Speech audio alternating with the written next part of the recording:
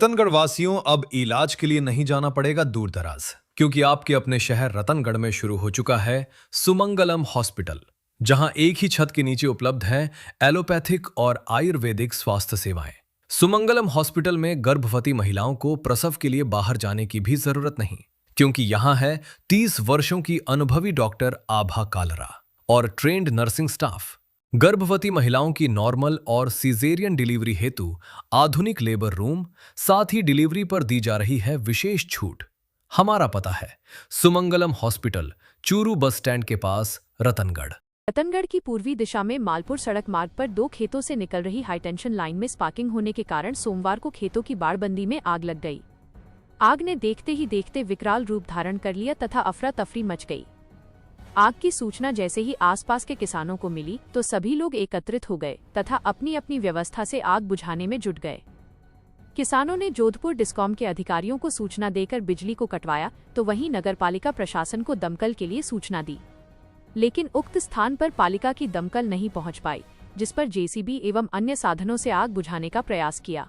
2 घंटे की कड़ी मशक्कत के बाद आग को काबू में किया गया। मिली जानकारी के अनुसार मालपुर रोड पर परमेश्वरी ढाका एवं मोहन सिहाग का खेत है। इनके खेतों के ऊपर से हाईटेंशन लाइन निकल रही है। सोमवार को अज्ञात कारणों के चलते लाइनों में स्पार्किंग होने से खेतों की बाड़बंदी में आग लग गई। तेज हवा चलने के कारण आग तेजी से आगे तक फैल गई, जिसके ढाका के खेत में खड़ी ईशबगोल की फसल को नुकसान पहुंचा है। होती है इस वायर में हमेशा, और फिर पूरे इसमें तारबंदी में फैल जाती है। अब फसल भी है, पशुधन भी है, अड़ोस पड़ोस के खेत हैं उनमें भी है, पास में बस्ती बसी हुई है, तो है तो रिस्क। हमने तो कई बार कह दिया पावर हाउस में जेएन साहब को कि आपको इसको थोड़ा ऊंचा करवाओ या कोई बंदोबस्त करवाओ। ये 11,000 केवी वाली है शायद। इस पार्किंग हुई होगी, हमने तो आग लगी हुई देखी, क्योंकि हमारे तो कोई बंदा उधर गया ही नहीं। अभी तो हमारे खेत में लगी है, और हमारे खेत में ही दूसरे कोने पे और फैली है, जहाँ भानीराम जी, स्वर्गीय भानीराम जी का खेत है। उनका बेटा मोहन डेयरी गाय रखता है, वो ट्रैक्टर से बुझा रहा है उसको। और पास में जो बस्ती है वो लोग भी बता रहे हैं कि हमारे यहाँ फैली है थोड़ी, उनके बाड़े वगैरह हैं, छान चौपड़े। स्टाइलिश, ट्रेंड एवं ब्रांडेड कपड़े मिलेंगे आपको, सब कुछ एक साथ। हम लेकर आए हैं आपके लिए एक ऐसा जबरदस्त ऑफर। 2 कपड़ों की खरीदारी पर ले जाइए 6 पीस कपड़े, वो भी फ्री। साथ ही सूट ब्लेजर पर 70%, जैकेट पर 60%, सिलेक्टेड स्टॉक पर 70% छूट। हमारे पास है प्रीमियम रेमंड फैब्रिक से बने कैजुअल व फॉर्मल कलेक्शन। हमारा पता है LM street, exclusive store, Ashok स्तंभ के पास, रतनगढ़, चूरू। राजस्थान में पंचायती राज एवं निकाय चुनाव समय पर नहीं करवाए जाने के विरोध में राजस्थान प्रदेश कांग्रेस कमेटी के निर्देश पर शहर व देहात ब्लॉक कांग्रेस कमेटी के तत्वावधान में सोमवार को गढ़ के पास संगठन बढ़ाओ लोकतंत्र बचाओ अभियान के अंतर्गत जनसभा एवं विरोध प्रदर्शन का आयोजन विधायक पूसाराम गोदारा के नेतृत्व में किया गया। इस अवसर पर विधायक गोदारा ने कहा कि भाजपा सरकार द्वारा स्थानीय निकाय एवं पंचायती राज चुनावों में अनावश्यक देरी करना लोकतांत्रिक मूल्यों के विपरीत है। केंद्र एवं राज्य की भाजपा सरकार समय पर चुनाव नहीं करवाकर लोकतंत्र का गला घोंट रही है। पंचायत समितियां एवं नगर निकाय भ्रष्टाचार का अड्डा बन रहे हैं। भाजपा के शासन में भ्रष्टाचार व महंगाई दिनों दिन बढ़ रही है। गरीब, मजदूर, दलित, किसान वर्ग का शोषण हो रहा है।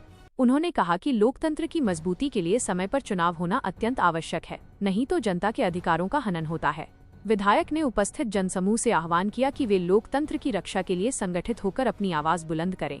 विधायक ने कहा कि यह अभियान जनहित व लोकतांत्रिक व्यवस्था को सशक्त बनाने के लिए चलाया जा रहा है और इसे ग्राम पंचायत एवं वार्ड स्तर तक ले जाया जाएगा। कांग्रेस पार्टी शीर्ष नेतृत्व के निर्देश पर संघर्ष जारी रखेगी। विधानसभा प्रभारी सुनील महिला ने कहा कि संगठन को मजबूत करके भाजपा की जनविरोधी नीतियों का विरोध करते हुए संघर्ष को जारी रखा जाएगा। सभा को शहर ब्लॉक अध्यक्ष तरुण चाकलान, देहात अध्यक्ष भानीराम मेघवाल, कांग्रेस नेता गिरधारी लाल बांगड़वा, अरविंद चाकलान, हेमंत सारस्वत, कल्याण सिंह शेखावत, रतनलाल मेघवाल, रामवीर सिंह रायका, सुरेंद्र सिंह गोलसर, भंवरलाल जसैल, केशर सिंह राठौड़, मुखत्यार खान, निरंजन तामरायत सहित कई वक्ताओं ने संबोधित करते हुए सरकार से शीघ्र चुनाव करवाने की मांग की। इस अवसर पर रमेश चंद्र इंदौरिया, वैद्य त्रयंबक शर्मा, मनफूल टांडी, हीरालाल नैण, सुरेंद्र हुड्डा, पप्पू कादिया सहित काफी संख्या में कांग्रेस कार्यकर्ता एवं आमजन उपस्थित थे। कार्यक्रम के अंत में उपस्थित लोगों ने लोकतंत्र की रक्षा के लिए एकजुट होकर संघर्ष जारी रखने का संकल्प लिया। शहर के भानीधोरा मंदिर प्रांगण में रविवार की शाम राम नाम जप महायज्ञ आयोजन को लेकर बैठक का आयोजन किया गया। इस दौरान 3 मई को होने वाले राम नाम जाप आयोजन की रूपरेखा पर विस्तार से चर्चा की गई। साधक हरिशंकर मंगलहारा ने बताया कि 3 मई को संत प्रहलाद महाराज के सानिध्य में भानीधोरा मंदिर प्रांगण में सुबह 5 बजे से दोपहर 12:30 बजे तक लगातार राम नाम जाप महायज्ञ का आयोजन होगा, जिसमें शहर व ग्रामीण सहित बाहर से आए हुए साधक भाग लेंगे। इस अवसर पर सांवरमल माटोलिया, गोविंद प्रसाद मिटावा, कोमल किशोरी सहित अन्य लोग उपस्थित रहेंगे। पूर्व पालिका अध्यक्ष संतोष इंदौरिया, गिरधारीलाल मंगलहारा, चेतन मंगलहारा, राम मनोहर स्वामी, राम गोपाल मुरारका, ओम मनोहर स्वामी, मुकेश सोनी, दीपक चोटिया, राम रतन प्रजापत, राधे श्याम सोनी, मनोज जोशी, नवीन मंगलहारा, पवन महर्षि, रविशंकर पारीख, बाबूलाल भार्गव, सुमित स्वामी, संपत देवी सोनी, शांति मंगलहारा, सरोज, संतोष, साक्षी, रुचिका, पूजा सहित काफी संख्या में साधक उपस्थित थे। राजस्थान शिक्षक संघ शेखावत उपशाखा के प्रतिनिधि मंडल ने सोमवार की शाम सभाध्यक्ष रामचंद्र एचरा के नेतृत्व में एसडीएम मिथिलेश कुमार से मुलाकात कर जनगणना ड्यूटियों से जुड़े विभिन्न मुद्दों पर विस्तार से चर्चा की। इस दौरान शिक्षकों ने विशेष रूप से महिला शिक्षकों, दिव्यांग व बीमार शिक्षकों, सेवानिवृत्ति के निकट कार्यरत शिक्षकों, छोटे बच्चों वाली महिला शिक्षकों की ड्यूटी निर्धारण में प्राथमिकता देते हुए संवेदनशीलता बरतने की मांग की। प्रतिनिधि मंडल ने प्रशासन से कहा कि ड्यूटी आवंटन करते समय इन श्रेणियों के शिक्षकों को राहत दी जाए, जिससे वे अपनी पारिवारिक, स्वास्थ्य संबंधी एवं व्यक्तिगत जिम्मेदारियों के साथ संतुलन बनाए रख सके। एसडीएम ने प्रतिनिधि मंडल को आश्वस्त किया कि इन सभी विषयों पर सकारात्मक दृष्टिकोण रखते हुए जनगणना ड्यूटी को अंतिम रूप दिया जाएगा। इस अवसर पर मुरलीधर अजमेरिया, बजरंग बिस्सू, शुभकरण नैन, महेंद्र सिंह शेखावत, महेंद्र हुड्डा सहित कई शिक्षक उपस्थित थे। शहर के एक वार्ड की रहने वाली 26 वर्षीय विवाहिता 2 बच्चों के साथ लापता हो गई। घटना रविवार की बताई गई है। इस संबंध में विवाहिता के पिता ने सोमवार को पुलिस थाना में गुमशुदगी दर्ज करवाई है। पिता ने रिपोर्ट में लिखा है कि उसकी बेटी की शादी सरदार शहर तहसील के एक गांव में हुई थी। वहां से निपटारा होने के बाद वो पीहर में रह रही थी। पड़ोस के एक युवक के साथ उसका संपर्क था। रविवार की दोपहर 3 बजे अपने बच्चों को लेकर घर से बिना बताए निकल गई। उन्हें शंका है कि पड़ोसी युवक उसे बहला फुसलाकर अपने साथ लेकर गया है। विवाहिता अपने साथ सोने चांदी के आभूषण व नकदी रुपए भी लेकर गई है। शहर के वार्ड संख्या 11 स्थित रैगर धर्मशाला में सोमवार को एलईडी के माध्यम से संत रामपाल महाराज के सत्संग का आयोजन किया गया।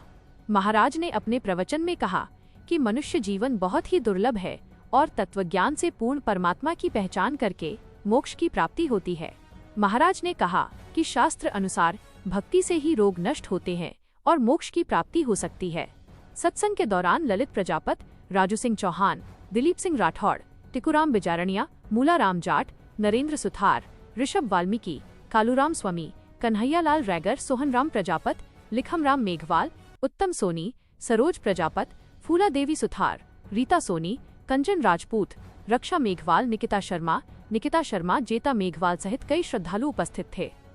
हार्ट के रोगी को लेकर चूरू से बीकानेर जा रही 108 एम्बुलेंस रतनगढ़ में रविवार की देर रात अनियंत्रित होकर पलटी खा गई। गनीमत ये रही कि घटना में किसी भी प्रकार की जनहानि नहीं हुई, लेकिन एम्बुलेंस क्षतिग्रस्त हो गई। मामले के अनुसार चूरू केडीबी भरतिया अस्पताल से बीकानेर रेफर हुए हार्ट के रोगी 70 वर्षीय रामदेवाराम को 108 एम्बुलेंस लेकर जा रही थी। एम्बुलेंस को चालक विनोद चल रहा था। इस दौरान एम्बुलेंस में ईएनटी बीरमाराम एवं रोगी का पुत्र व पुत्रवधू भी सवार थे। रविवार की देर रात जैसे ही एम्बुलेंस ने रतनगढ़ का संगम चौराहा क्रॉस कर बीकानेर रोड पर आई, इसी दौरान उसका एक टायर फट गया और एम्बुलेंस का स्टीयरिंग फेल हो गया, जिससे एम्बुलेंस नेशनल हाईवे की सर्विस रोड के लिए बने डिवाइडर पर चढ़ गई और अनियंत्रित होकर पलटी खा गई। घटना में किसी भी प्रकार की जनहानि नहीं हुई। हादसे के बाद रतनगढ़ जिला अस्पताल से एम्बुलेंस बुलाकर रोगी को बीकानेर भेजा गया। सुजानगढ़ जिला पुलिस अधीक्षक के निर्देश पर सुजानगढ़ थाना पुलिस ने बीडीएस तिराहा स्थित होटल चंदन पैलेस में दबिश देकर आईपीएल सट्टे और जुए के बड़े खेल का भंडाफोड़ किया है। थानाधिकारी विनोद कुमार के नेतृत्व में की गई इस कार्रवाई के दौरान पुलिस ने होटल के कमरे से जुआ और सट्टेबाजी करते हुए गोपाल तोदी, ललित जोशी, पवन नाई, शाहिद खां और संदीप मिश्रा को गिरफ्तार किया। साथ ही नियमों की अवहेलना और सट्टेबाजों को शरण देने के आरोप में होटल संचालक अली मोहम्मद को भी हिरासत में लिया गया है। पुलिस ने मौके से 39,480 रुपए नकद, ताश की गड्डी और 5 मोबाइल फोन बरामद किए हैं, जिनमें सट्टे के करोड़ों के लेन देन का हिसाब मिला है। जांच में सामने आया है कि होटल संचालक ने आरोपियों का इंद्राज रजिस्टर में नहीं किया था। पुलिस ने आरजीओ एक्ट, बीएनएस और आईटी एक्ट की धाराओं के तहत मामला दर्ज कर जांच शुरू कर दी है, जबकि आईडी सप्लाई करने वाले हैदराबाद निवासी एक अन्य आरोपी की तलाश जारी है। कल रात को श्रीमान एसपी साहब के निर्देशन में सुजानगढ़ पुलिस ने यहाँ पे एक होटल है चंदन पैलेस, उस होटल में आईपीएल सट्टे और ताशपत्तियों पर किए जाने वाले जुए के बारे में बड़ी कार्रवाई की। इसमें हमने लगभग 39,480 रुपये बरामद किए सट्टे में। साथ में ही सट्टे में हमें काफ़ी मोबाइल मिले जिनमें क्रिकेट आईपीएल मैचों पर सट्टा लगाया जा रहा था। इसमें जो 2 आरोपी है वो दोनों आरोपी हैदराबाद से यहाँ चलकर सट्टा लगाने आते हैं और ये लगभग पिछले 5 सालों से लगातार कर रहे हैं और इसी होटल जैसा बताया जा रहा है कि उनका बताना है कि इसी होटल में वो ठहरते हैं। ये इसमें एक आरोपी आशीष शर्मा वो फरार हो गए, बाकी 6 आरोपियों को हमने गिरफ्तार कर लिया। तो कौन कौन है इसमें आरोपी?